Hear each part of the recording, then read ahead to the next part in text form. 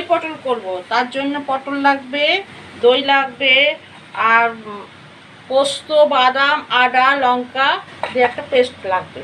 আমি পটলটাকে নুন, হলুদ আর লঙ্কার গুঁড়ো দিয়ে রেখে রেখেছিলাম। এবার তেল গরম হচ্ছে, পটলটাকে ভাজতে দিচ্ছি।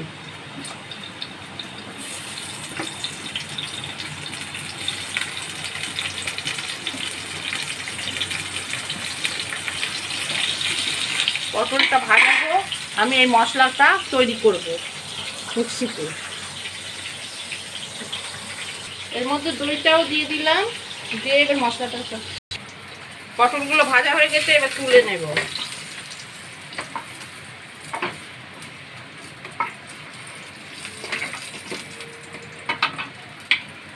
এবার কড়াইতে গরম মশলা দিলাম, তেজপাতা দিলাম আর শুকনো লঙ্কা দিলাম।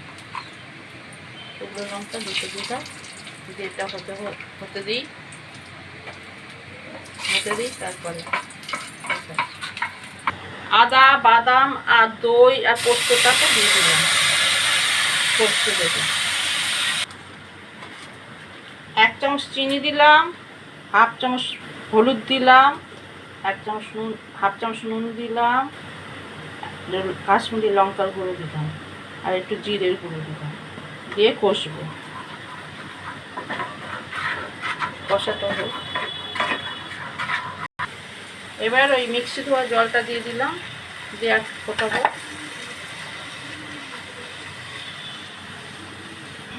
এবার ভাজা পটলগুলো দিয়ে হতে দেব। এবার 1 চামচ ঘি দিলাম আর 1 চামচ গরম মশলা দিলাম, দিয়ে একটু হতে দেব।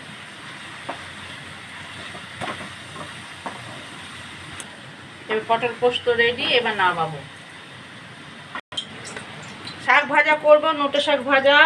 কড়াই তেল আছে, তেল গরম হচ্ছে, লঙ্কা দিলাম, আজকে শনিবার পেঁয়াজ রসুন দেবো না, হিং দিয়ে ভাজবো।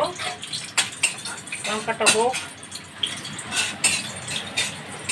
এবার 1/2 চামচ হিং দিলাম, দিয়ে শাকগুলো ধুয়ে রেখেছি এটা দিয়ে দিলাম।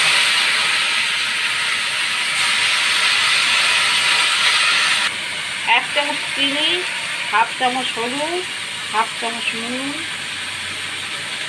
নুন দিয়ে দিলাম। এই দেখুন জল টেনেছে, এই জল বের হয়েছে, জলটা শুকিয়ে গেলেই হয়ে যাবে।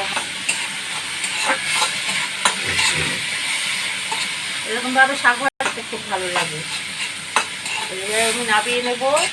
এই গরম ভাতের সঙ্গে এটা খেলে খুব ভালো লাগবে। নামিয়ে নেব।